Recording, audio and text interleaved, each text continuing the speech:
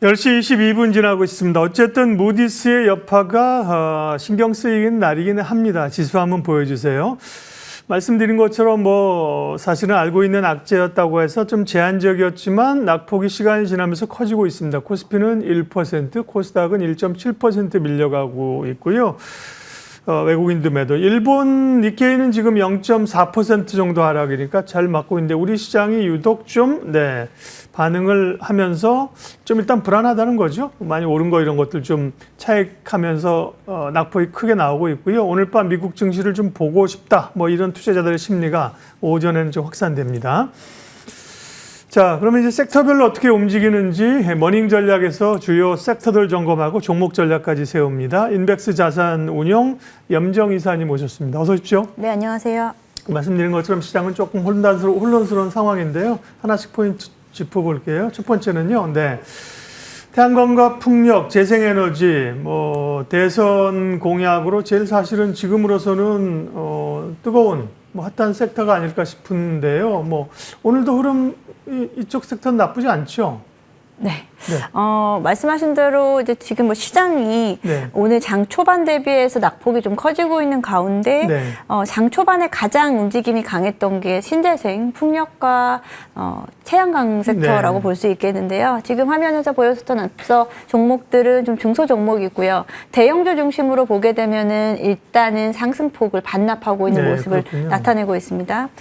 태양광 쪽에서 보게 되면은 하나솔루션 같은 경우도 앞서서 움직임을 말씀드렸던 대로 장 초반에는 상승폭을 한 5% 넘게 가져갔다가 지금 보합권까지 내려온 상태고요. OCI 홀딩스도 좀 마이너스로 전환된 상태입니다. 풍력 관련 종목들도 CS 윈드, HD 현대 에너지 솔루션이 최근에 상승폭을 가장 좀 큰 폭으로 보여줬는데요. 대부분 음봉 전환한 모습인데 일단 태양광, 풍력 모두 다 최근에는 이제 대선 공약에 대한 부분이라든지 그리고 최근에 에너지 수요에 대한 급증을 통해서 신재생 쪽이 다시 부각이 되는 상황은 맞았고요. 최근에 리포트들을 보게 되면은 태양광 관련 종목들, 특히나 하나솔루션 같은 종목들은 목표가를 크게 상향시키면서 기대감을 좀 크게 모았습니다. 지난주에도 급등이 나왔기 때문에 오늘도 장 초반 프리마켓에서 관련 종목들이 일제히 움직였다가 오히려 정규장에서는 종목들의 상승폭을 좀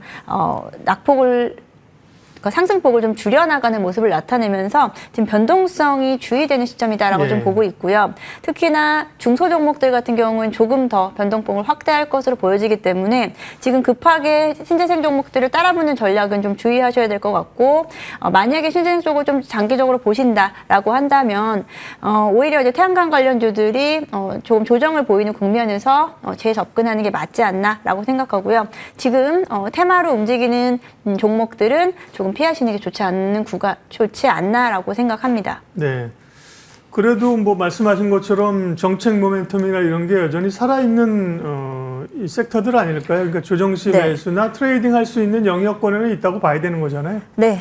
지금 말씀하신 대로 정책적인 모멘텀이 일단 지난주에 한 차례 섹터를 좀 움직이는 모멘텀이 될 수 있었고요. 앞으로 한 2주 정도 내로는 이 정책적인 모멘텀은 어느 정도는 좀 수그러들 것이다라고 생각합니다. 그럼 정책적인 모멘텀이 빠져나간 자리에서 이 종목들은 버틸 수 있는 힘은 아무래도 실적이라든지 그리고 해외 매출 비중, 특히나 태양광 쪽을 이야기한다면은 미국 내에서 입지 강화, 이에 따른 실적 개선에 대한 부분으로 해석을 해야 그쪽을 기대해야 될 것 같고요. 그래서 저는 정책 관련 종목들을 너무 좀 작은 종목 따라가는 건 지금은 변동성으로 오히려 혼란스러울 수 있다. 오히려 조정이 나오면은 기존에 우리가 주력해야 되는 업황에 대한 본질적인 부분으로 접근을 할 수 있다라고 하면 대형주로의 전환이 맞다라고 말씀드리겠습니다. 네. 태양광, 풍력, 재생에너지 관련 맞고요. 두 번째 키워드 보겠습니다. 두 번째는 2차 전지군요. LG엔솔이 신저가 터치 이후에 반등을 보이고 오늘 전체적으로 이제 차익이 많으면서 부담스러운데 2차 전지의 셀업체들은 SDI가 3%, LG엔솔과 이노베이션이 1% 중반으로 상대적으로 강한 모양새인데요. 사실 그나마 지금 마지막까지 못 올라오고 있는 게 지금 2차 전지잖아요. 2차 전지도 이제 좀 바닥을 잡고 올라오는 거예요? 어떻게 된 거예요? 네, 2차 전지를 뭐 바닥을 잡고 좀 추세 전환했다라고 하기는 좀 섣부른 상황인 것 같습니다. 네. 지난주 같은 경우에 LG 에너지 솔루션이 이제 신저가를 보여주면서 상당히 시장에서의 좀 실망감을 나타냈고요. 삼성 SDI도 지금 3%대 반등을 나타내는데 오늘 네. 장 초반에 신저가를 터치하고 이제 반등이 좀 세게 나오는 모습입니다. 2차 전지의 업황 자체를 지금 이야기하기 사실 좀 어려운 구간은 맞습니다. 업황은 여전히 지금 안개 속에 있다라고 볼 수 있겠고 우리나라 2차 전지 업체들, 셀 업체들 중심으로 해도 지난주에 나온 기사화된 모습을 보게 되면은 최근에 이제 K배터리 3사의 가동률이 거의 최저 수준까지 내려왔다라고 합니다. LG엔솔은 50%대, 삼성 SDI 같은 경우에는 소형전지 가동률이 30%까지 내려오면서 지금 업황의 턴은 아직까지는 좀 빠르게 되지는 못하겠습니다만 주가에서는 일단 신저가를 터치했다. 뭐 신저가가 지금 계속 뭐 내려왔기 때문에 이 부분도 우리가 예단할 수는 없겠지만 지금 시장에서의 분위기는 그간 말씀하셨듯이 많이 오른 종목들이 너무 많았어요. 너무 많이 오른 섹터들이 많은 반면에 2차 전지는 다소 상당히 연초 대비해서 많이 빠져있는 예. 상황이기 때문에 여기서 이제 반대급부로 일단 기술적 반등을 좀 보여주고 있습니다만 2차 전지가 워낙에 개인 투자자들의 물량이 많고 사실은 매물대가 워낙에 높은 상태이기 때문에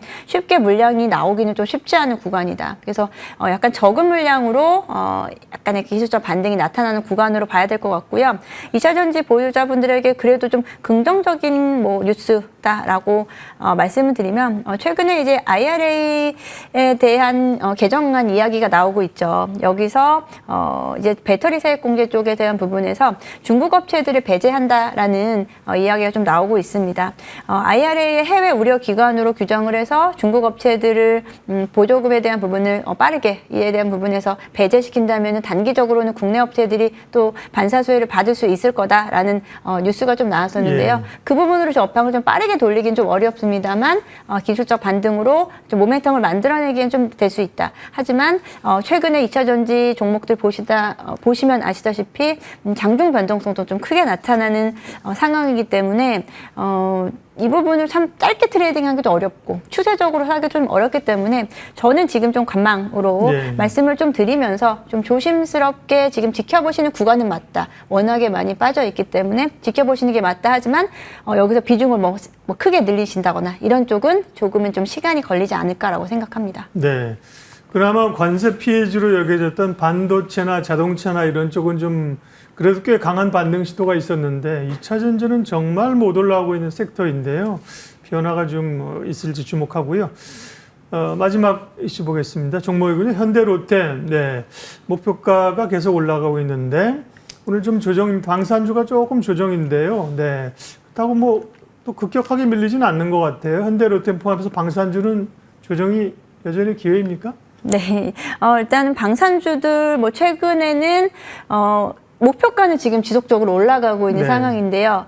리포트에 대한 효과가 나타나고 있지는 못하는 구간. 오히려 이 구간이 저는 좀 기회가 되지 않을까라고 좀 생각합니다. 현대로템 같은 경우에도 지난주부터 해서 목표가가 상당히 좀 워낙에 좀 그 밴드가 좀 넓기는 해요. 한 14만 원대부터 한 17만 원대까지 목표가를 좀 각각의 증권에서 높여 잡은 상황인데 지금 일단 현재가가 11만 원을 좀 깨고 내려온 상황이기 때문에 상승 여력은 좀 남아있다라고 좀 생각합니다. 1분기 실적 워낙에 좋았기 때문에 특히나 영업이익 쪽에서의 컨센을 크게 상회하면서 역시나 이제 방산 디펜스 솔루션에 대한 영업이익률을 크게 인정을 받은 모습이고요. 현대로템의 지금 어찌 보면은 조정받고 있는 구간에서의 모두 기다리고 있는 부분은 아무래도 폴란드 2차 계약이 어느 시점에서 나올 것인가. 뭐 규모 면에서도 중요하겠지만 지금 뭐 6개월 넘게 계약이 지연되고 있기 때문에 여기서 지금 계약 지연 이유에 대해서도 사실 시장에서는 좀 이야기를 했습니다. 여전히 증권가에서는 계약이 지연될지언정 이에 대한 이견은 좀 없는 모습을 나타내고 있습니다. 2차 계약이 만약에 성사되고 나면은 기존 매출액의 기존의 그 기존의 실적에 더해서 조금 더 탄탄한 성장률을 가져갈 것으로 보여지고 있고요.